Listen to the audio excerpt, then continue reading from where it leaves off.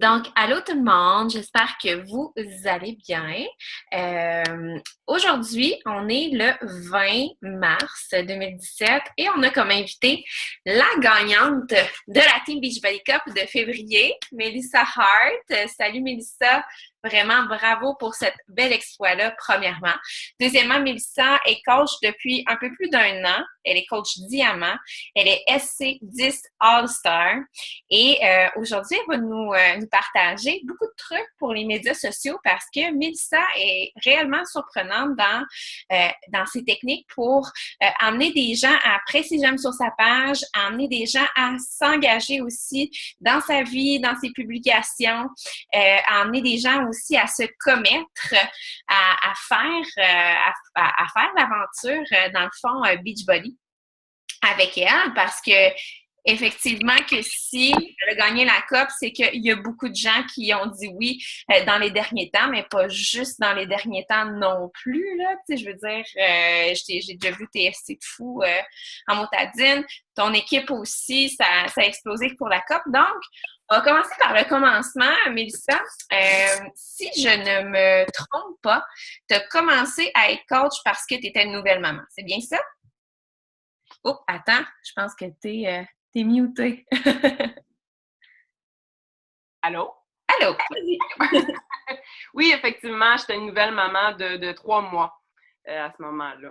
OK, parfait. Puis, comment est-ce que tu as trouvé ta coach sur les médias sociaux? C'est quoi qui t'a fait jumper? C'est évidemment parce que tu voulais perdre le poids de grossesse. Effectivement, moi, en fait, j'ai jamais eu un gros surplus de poids avant ma grossesse. Et pendant ma grossesse, j'ai pris 80 livres. Je mesure 5 pieds 2. C'est énorme. Donc, j'avais pas le choix de faire quelque chose. J'avais pas le temps d'aller au gym. Puis, je suis vraiment une cliente qui a été facile. J'ai vu une coach sur Facebook. J'ai feuilleté sa page de coach pendant la journée. Et le soir, j'embarquais dans le défi en une journée. J'ai même pas eu le temps de fouiller sur plein de coachs, voir quelle que je préférais. Non, j'ai vu une coach la journée, j'embarquais dans le défi. J'étais vraiment une cliente facile, là, si on peut dire. Génial. Puis, au fur et à mesure que tu faisais ton défi, c'est quand que tu t'es dit que tu voulais devenir coach? Premièrement, moi, j'ai fait le 21 Day Fix comme premier défi. Puis, comme probablement vous tous, j'ai tombé en amour. J'ai tombé en amour avec le principe que c'était rapide, que c'était juste 30 minutes dans la journée. J'avais le temps de le faire pendant que mon garçon faisait sa sieste. Shakeology, moi, je suis probablement la fan numéro 1 de chocolat. Pour moi, c'est vrai que ça a été un sauveur. Pour vrai, je pouvais manger une caramel à tous les jours pour calmer mes rages, mais j'ai vraiment tombé en amour avec Shakeology.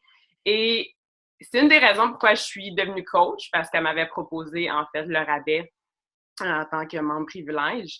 Puis, elle m'a même pas proposé non plus le coaching parce que j'avais même pas participé dans le défi de groupe. J'avais pas publié une fois. J'étais vraiment nulle comme participante, mais je voulais être coach.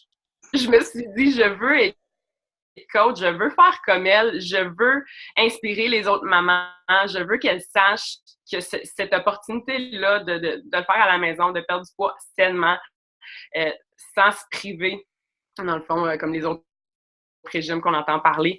Donc, je suis devenue coach après mon 21 jours. Donc, encore là, une facile de coach aussi. Ça n'a pas été dur de m'embarquer là-dedans parce que c'est moi qui ai dit qu'est-ce que je fais pour être. Puis, donc, après mon 21 Day Fix, j'ai fait 21 Day Fix Extreme en signant coach. C'est là que ça l'a déboulé. Ça a commencé. Bon, là, les gens, s'il vous plaît, attends, je vais activer le mute pour tout le monde. Là, parce que là, activer les muets. Salut à tous. OK. Vous êtes tous muets. Donc, je vais démuter encore une fois. Mélissa, démute-toi. Dans le fond, mais je trouve ça drôle que tu dises ça, que tu as embarqué tout de suite, puis que tu n'as jamais participé dans un défi. Moi non plus. Quand j'ai embarqué comme coach, je m'ai embarqué dans un défi de groupe, puis je le faisais sur le site, puis je pense que j'ai peut-être publié une fois. Puis ça ne veut pas dire que les personnes qui ne publient pas dans vos défis de groupe, justement, ne sont pas des bombes à retardement. On ne sait jamais, justement, qu'est-ce qui va se passer avec les gens qui sont dans nos défis. Donc, il ne faut jamais laisser les gens de côté avec cette opportunité-là, je crois. Si je ne me trompe pas, tu n'as pas déjà gagné la Coupe avec Vanessa Boulay aussi? Non? Oui, j'ai gagné en février 2016 aussi. OK. J'étais à mon 3e mois de coach. J'avais aucune idée dans quoi je m'embarquais. Vanessa m'avait dit, tu veux faire la King Cup avec moi? Je dis, bah, honnêtement, je suis une fille à défi, là, j'embarque dans n'importe quoi. Je carbure à ça. Donc, j'ai dit oui, j'étais à mon 3e mois de coach. J'avais aucune idée de ce qu'il fallait que je fasse. Et on l'a gagné en février aussi. Donc, c'est ce qui a fait, en fait, exploser mon entreprise. Après le 3e mois. Parce que tu n'as pas eu peur d'embarquer, puis tu n'as pas eu peur de faire le commitment, justement, de le faire. Puis je voulais savoir, justement, moi, là, j'ai beaucoup de nouvelles coachs ici, ou des filles même qui veulent devenir coach sur cet appel-là. Et une des choses qui se dit, justement, c'est comment est-ce que c'est quoi les actions que tu as fait au départ dans ce 3 mois-là, dans ce mois de COP-là, qui ont fait que, justement, ton entreprise a commencé à partir? C'est quoi? Ben, moi, je suis une bonne élève. Quand j'ai fait la formation, je l'ai suivie au complet et moi, honnêtement, j'irai à l'école toute ma vie. J'adore apprendre, j'adore apprendre, point. Donc, j'ai énormément écouté des vidéos sur YouTube. Honnêtement, si vous avez la chance de passer un avant-midi là, sur YouTube, regarder des vidéos des top coachs, regarder des vidéos de quand ça devient plus technique, là, les volumes, tout ça, c'est fou ce qui se retrouve sur YouTube. Donc, mes 3 premiers mois, j'ai fait énormément de recherches. Moi, j'avais un but en tête, c'était de le faire à temps plein. J'avais pas un autre objectif que ça. Je voulais pas retourner à mon emploi primaire. Devenir maman, ça m'a complètement changé de vision, de valeur, peu importe. Je suis travailleuse sociale dans la vie normale. Puis je voulais pas retourner dans cette négativité-là. Je voulais vraiment continuer dans une lignée positive. Donc, j'ai énormément fait de recherches et j'ai fait les actions. Et il n'y a pas de secret dans les actions. Hein? C'est vraiment la base. Moi, j'ai raconté mon histoire le jour 1. J'ai parti ma page, j'ai expliqué qui était Mélissa, de où elle partait, et moi, j'ai commencé le coaching en dépression. Je le cache pas. Avec le 80 livres, j'ai une histoire aussi, je sais pas s'il y en a certaines qui ont suivi ma page, mais j'ai perdu un bébé à 20 semaines de grossesse. C'est ce qui m'a mis en dépression. J'ai tombé tout de suite enceinte de Zachary. Donc, les hormones, ça a été un énorme mois pour moi. Donc, j'ai commencé le coaching. J'étais à mon plus bas. Et honnêtement, pour moi, Beachbody, c'est ce qui m'a fait remonter la pente le plus rapidement possible. Et je l'ai raconté sur ma page. J'ai pas eu peur de le raconter. Quand j'ai décidé de signer coach, j'ai assumé qu'il fallait que je parle de ma vie, de moi, de qui je suis, de ma famille. Je suis un livre ouvert, je ne cache rien sur ma page. Si je suis une semaine à déraper côté alimentation, je le dis. Je le cache pas. Puis je pense que c'est ce que les gens aiment de voir, que nous aussi, les coachs, on est normal. On n'est pas des superwomen, on n'est pas... on est comme nos participants, on n'est pas mieux qu'eux, on n'est pas mieux qu'eux, point. Donc, moi, j'ai raconté mon histoire dès le départ et c'est ce qui a fait accrocher les gens. J'attire énormément les mamans, je veux pas. J'attire beaucoup, beaucoup les gens avec une énorme perte de poids. Sérieusement, je suis une coach choyée. J'ai des participantes qui ont perdu une centaine de livres. J'en ai beaucoup, beaucoup dans les 50. Donc, j'ai vraiment une belle clientèle parce que ils voient que Mélissa est simple, que Mélissa est pas quelqu'un d'autre qui n'est pas elle sur sa page. Je suis vraiment, depuis le jour 1, en fait, je suis moi-même, puis je fais pas craindre d'être quelqu'un d'autre. Puis c'est, je pense, ce qui fonctionne pour moi. Et je suis présente à tous les jours. Je crois, ça fait 16 mois que je suis coach et je crois que je n'ai pas manqué une journée sur ma page. J'ai toujours publié au moins 2 fois sur ma page, minimum à tous les jours. Donc, les gens me voient toujours sur leur journal Facebook. Donc, la constance pour moi, c'est ce qui fait que ça fonctionne encore pour moi aujourd'hui, puis que ça fait que augmenter parce que je suis toujours présente. Je suis toujours présente dans mes groupes de défis, dans mes groupes de coach. Je suis toujours là. Donc, les 3 premiers mois, ça a été ça, la constance. Mes basics, je les fais tous les jours. Moi, je me suis fait un fichier de to-do à faire dans une journée. Donc, à chaque fois que j'ai envoyé 10, 20, 30 messages, je le coche. Donc, je fais ça tous les jours, depuis le jour 1. Et j'ai pas arrêté en 16 mois de faire ça à tous les jours. Donc, la constance, pas avoir peur de parler de toi, de parler de ton message, devenir attachante de cette manière-là. C'est sûr que ça a attiré énormément de personnes à toi, ça je suis certaine. Puis raconter son histoire, c'est une des choses qui rapporte aussi le plus de likes. Tu sais, quand tu fais une photo avant-après, j'en ai déjà vu passer de tes photos avant-après. Questions comme ça, justement, juste pour aller chercher des gens, là, tu sais, pour faire des défis avec toi. Quand tu racontes ton histoire, ta technique en tant que telle, on va y aller right to the point. Tu vas-tu parler à tous les gens qui ont pesé j'aime sur tes publications ou qui ont commenté? Non, pas du tout. Est-ce que tu attends plus qu'ils viennent à toi? Comment est-ce que tu fais pour générer tes conversations sur ta page? Moi, personnellement, je fais beaucoup participer mes followers sur mes publications. À tous les jours, je vais faire au moins une publication où est-ce que les gens vont avoir à commenter ma publication. Et des fois, ça peut être super simple. C'est quoi votre fruit préféré? C'est quoi votre... quand vous avez déjeuné aujourd'hui, montrez-moi vos photos. Donc, souvent, les filles vont montrer les photos. Puis c'est comme ça que je vois c'est qui me suit. Qui est toujours présente à tous les jours avec moi sur ma page. Puis c'est là que j'ai vraiment beaucoup de liens avec mes followers, honnêtement, parce que je les vois toujours sur ma page, toujours en train de liker mes photos. Mais je suis pas la coach qui m'a envoyé un message aussitôt qu'il y a quelqu'un qui va liker une photo. Je vais vraiment attendre de la connaître, de voir qu'est-ce qu'elle va liker comme photo. Parce que dans une journée, je ne vais pas juste publier mon entraînement, je ne vais pas juste publier mon assiette. Je parle beaucoup de mes pensées, de moi, de ce que je fais. Des fois, ça peut être très banal, mais au moins, je le vois ce que la fille préfère sur ma page. Donc, j'apprends à la connaître via ça avant d'aller la voir. Mais la plupart du temps, honnêtement, c'est elle qui vient me voir.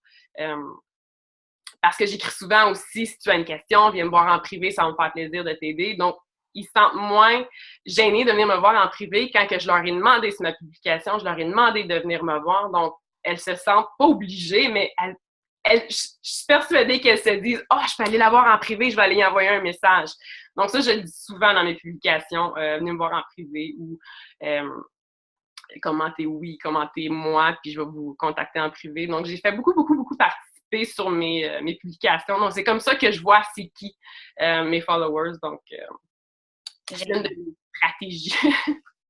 C'est bon, parfait. J'aime toujours ça, savoir ça, parce qu'il y a différentes façons d'y aller. Puis c'est fun, justement, de voir des gens qui ont du succès, comment est-ce qu'ils fonctionnent. Autre chose, je vois que, justement, quand tu as dit t'aimais le chocolat, on le voit tout de suite sur ta page, que tu es une folle au dessert. Tu publies beaucoup de photos de recettes, de desserts, de choses comme ça. Et j'imagine, tu me vois venir, j'imagine que c'est comme ça que tu as buildé ton audience Facebook en tapant sur le clou de tirage de sucre. Ouais. Je me trompe? Ouais.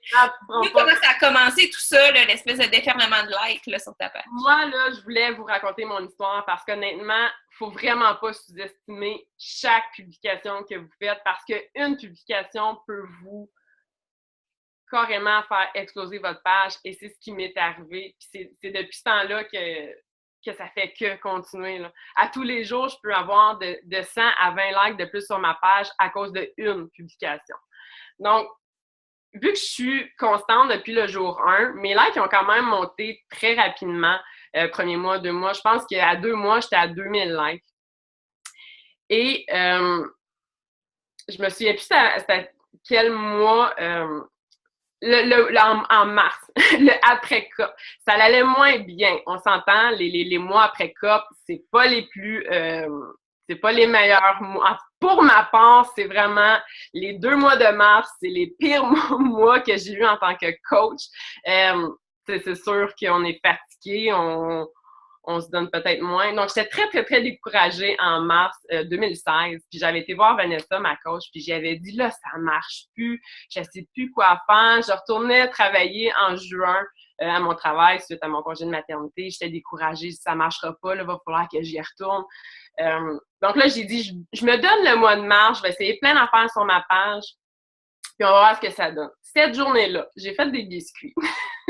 Des biscuits au pois chiche. Mais ils étaient laids, mes biscuits, là. Très, très laids. Je vais les publier pareil. Tu sais, ils sont super bons. La recette est excellente. Donc, je la publie. Et d'habitude, avant, à chaque fois que je publiais une recette, j'envoyais la recette en privé. Donc, ça me donnait une conversation avec la personne. Souvent, je leur demandais « Ah, t'as le bec sucré », puis ça partait de la conversation. Donc là, je pose cette recette-là. Je suis peut-être à 3000 likes. Donc là, ça monte. La publication, elle fonctionne très, très, très bien. J'envoyais les recettes, mais ça montait beaucoup trop vite. Facebook me laissait même plus envoyer de messages. J'étais bloquée. Donc, j'ai arrêté d'envoyer des messages.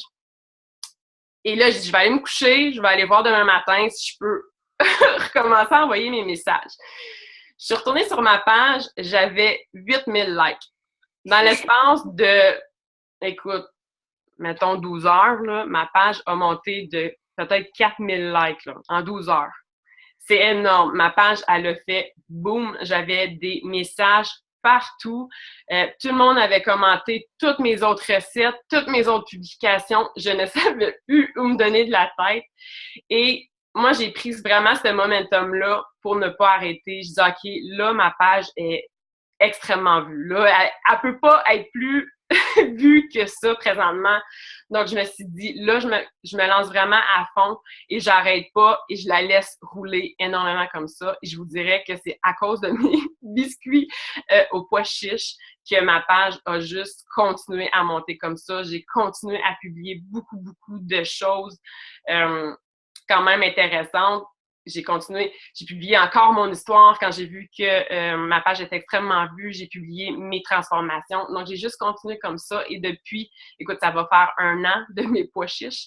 Et j'ai juste pas arrêté depuis cette journée-là. Et je fais le coaching à temps plein. J'ai pas retourné à mon emploi en juin. Donc, une publication a fait en sorte que mon entreprise a explosé, que mon entreprise a vraiment explosé, tout simplement parce que j'ai juste continué. J'ai gardé ce mindset-là. J'ai publié 3 à 4 fois à tous les jours sur ma page. Donc, est-ce que tu l'as sponsorisé, cette publication-là? Pas du tout. Tu n'as pas eu à le faire? Pas du tout. Tu avais peur? Qu'est-ce que ça ferait si tu le sponsorisais? J'avais 10 000 commentaires, 10 000 partages. C'était énorme. Là. Je pense que j'ai jamais vu une publication autant fonctionner que ça. Mais j'ai jamais sponsoré une recette ou... Tu n'avais pas à le faire de toute façon. Tu sais, tu le sais maintenant que ton public aime beaucoup les recettes. Tu sais, je veux dire, tu as basé ton public là-dessus, fait qu'il faut que tu continues à en publier. Puis ça génère, puis ça partage, puis ça continue. Fait que c'est ça, tu as basé ton audience avec ça. Fait que maintenant, tu es madame recette chocolat, décadent, santé, whatever, ou des fois pas nécessairement santé, là, mais... Tu sais, c'est ça l'affaire, quand on dit qu'il faut taper sur le clou, puis que des fois, Facebook fait une bulle. Tu sais, je veux dire, quand il y a beaucoup de gens qui veulent... Puis je m'en souviens aussi je m'en souviens de la photo, puis c'est vraiment pas pour bâcher, mais on était là, crime. Comment ça fonctionne? Oui. Une photo de Pinterest ne fonctionnerait pas autant, tu sais. Puis on la comprenait pas pantoute, mais tu sais, c'est ça, c'est une bulle Facebook. Puis tu dis, ben crime, c'est un beau momentum, mais toi, quand tu allais reparler aux gens, après ça, là, tu dis, j'ai buildé ce momentum-là. Qu'est-ce que tu leur disais à ces gens-là? Merci d'avoir liké ma photo. By the way, je ne sais pas si t'as liké ma page, ou tu sais, je sais pas, qu'est-ce que tu leur disais à ces gens-là? Est-ce que tu es vraiment allé parler massivement à genre 2000 personnes en même temps? Sincèrement, là, la première semaine, j'étais super contente là, parce que ça a vraiment fait boom, mais j'étais découragée. Je peux vous dire qu'en une semaine, j'ai probablement banni 200 personnes de ma page. J'ai eu des commentaires plates. J'étais une arnaqueuse parce que j'avais pas envoyé mes biscuits. En tout cas, j'ai reçu tous les noms possibles. J'avais des commentaires partout aussi sur ma page qu'il a fallu que j'enlève parce que c'était vraiment pas approprié. Il y a quand même un peu de négatif. Les recettes, on n'a pas nécessairement toujours une bonne... On n'a pas 100% de clientèle qui nous aime pour qui on est. Là. Il y en a beaucoup qui me suivent pour mes recettes. Ça, il faut que je l'assume. Non, c'est ça. Cette semaine-là, j'étais découragée. Mais j'ai essayé de faire le tri. Mais je parlais pas tout de suite de mes défis. J'ai vraiment commencé à parler parce que moi, ma bête noire, c'est vraiment le sucre. C'est vraiment là que j'ai dû travailler, que je travaille encore aujourd'hui, de ne pas déraper sur le sucre. Donc, je leur parlais vraiment là-dedans. Ça t'intéresse d'avoir des alternatives plus santé, tout ça. Puis c'est là que les conversations ils ont tout simplement embarqué. Puis c'est là que j'ai eu énormément de gens dans mes défis, tout ça, puis ça l'a juste pas arrêté parce que ces gens-là me suivent encore mes recettes. Et la plupart des gens qui embarquent dans mes défis, c'est ce qu'ils me disent, qui aiment mes recettes, qui aiment mes menus, tout ça, parce que je partage beaucoup aussi mes menus sur ma page. Puis ils adorent ça, puis c'est pour ça que les gens embarquent avec moi parce qu'ils se sentent, pas qu'ils se sentent, dans le fond, ils sont contents de voir des recettes. Ils ont l'impression qu'ils vont être bien avec toi parce qu'ils ont ce champ d'intérêt-là, puis ils se disent, ben crime, dans ces défis, elle va me fider là-dessus, là, tu sais, là, si moi, j'ai besoin de quelque chose de sucré ou j'ai besoin de quelque chose de santé, puis que j'ai une rage, si ça, tu sais, t'as l'air d'avoir une expertise là-dedans, tu sais, dans le sens où tu vas attirer des gens, des mamans, des gens avec les dents sucrées, des gens qui ont besoin de la même chose que toi. Puis si tu dis que toi, tu as encore ces problèmes-là, mais que tu réussis à contourner ça avec telle affaire, ben, tu vas les comprendre. Puis où est-ce que je veux en venir avec ça? C'est que Mélissa, elle a son histoire avec les recettes. Mais tu sais, j'ai écouté le cas, je ne sais pas si tu l'as écouté, Mélissa, de Jessica Nelson dans l'Académie des Diamants. Puis elle a dit, un moment donné, j'ai vu que les recettes, ça pognait. Fait que j'ai commencé à en mettre sur ma page. Mais elle dit, j'haïs ça, moi, cuisiner, puis j'haïs ça, trouver des recettes. Puis elle dit, ça a duré 2 semaines, puis après ça, j'ai arrêté parce que c'était pas moi. Fait que là, on parle à l'administration, mais ça veut pas dire qu'il faut que vous commenciez à faire des biscuits aux pois chiches, là. Non! On essaye de dire, tu sais, moi, j'ai vu une fille aussi, sa page exploser, et c'était elle qui faisait le National Wake Up Call ce matin, Ashley Mostard, ou quelque chose comme ça. Sa page, elle a explosé parce qu'elle a fait une photo de elle, genre Instagram, puis une photo de elle assise avec un bourrelet. Puis c'était elle, c'était à cause de ça. Elle a eu genre 250 000 likes, je sais pas combien de millions de partages à cause de ça, parce qu'elle a raconté son histoire. Donc, ça dépend de ce que vous faites au quotidien, de la constance que vous y mettez, du cœur, de ce que vous aimez. Attirez les gens avec ce que vous aimez, pas parce que ça pogne. Les gens vont s'en rendre compte que vous faites ça parce que ça pogne. Non, parce que je voulais dire ça aussi parce qu'après ces pois chiches-là, j'ai vu bien des coachs faire les biscuits aux pois chiches, puis même écrire le même texte que moi, écrire même, j'avais écrit biscuit zéro culpabilité, et ça n'a pas fonctionné pour eux. Pas parce que ça fonctionne pour une personne que ça va fonctionner pour une autre personne. Il y a plein de choses. Moi, là, les vidéos d'entraînement, ça ne marche pas en tout sur ma page, tandis qu'il y a des coachs que ça fonctionne énormément. Donc, c'est vraiment de trouver votre clientèle cible. Moi, c'est les mamans débordées. Donc, justement, mes menus, mes recettes, ben ça va être énormément ces mamans-là. Donc, c'est vraiment d'aller chercher votre clientèle à vous. Qu'est-ce que vous voulez attirer? De la comprendre, puis c'est justement, tu sais, quand vous voyez qu'il y a plus de likes sur les photos de vos enfants, mettons, ben c'est pas...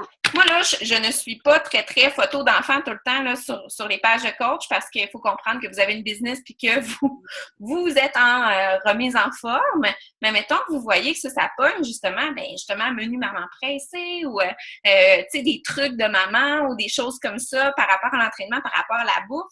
Ça peut vraiment fonctionner, tu sais. Il y a Alexandra, en fait, ce qu'il faudrait faire, c'est d'être le plus possible soi-même. Les gens vont nous aimer pour ce qu'on est vraiment. C'est exactement ça. Écoutez, je pense que qu'est-ce que Mélissa nous dit ce soir, c'est qu'il n'y a pas de recette miracle. C'est qu'il faut juste commencer à être un livre ouvert, raconter son histoire, être constant, essayer de trouver son public cible par rapport à ce qu'on aime et de continuer à taper sur ce clou-là jusqu'à temps que ça fonctionne. Si vous arrêtez, ça ne va jamais fonctionner. Si vous continuez, il y a des grosses chances que ça fonctionne. Moi, j'aimerais savoir ici, parce que moi, ça a répondu à mes questions. Je ne crois pas qu'il y a de recettes miracles, comme tu dis, quand tu vas parler à des gens ou quand tu fais ta Power Hour ou quoi que ce soit. C'est toutes des choses qu'on se dit dans Pink Tribe. C'est toutes des choses qu'on sait déjà et qu'elle fait juste à puissance 1000 pour gagner la coupe, parce qu'elle a gagné 2 fois, on va leur dire. Est-ce qu'il y en a qui auraient des questions pour Mélissa? Il nous reste un petit 5 minutes ici. Ce serait le fun si vous en aviez. Je pense pas qu'elle est bien gênante, là. Maude, Mélanie, Nathalie, Stéphanie, Vanessa, Andréane, Amélie, Alexandra. Il n'y a personne qui a des questions pour Mélissa?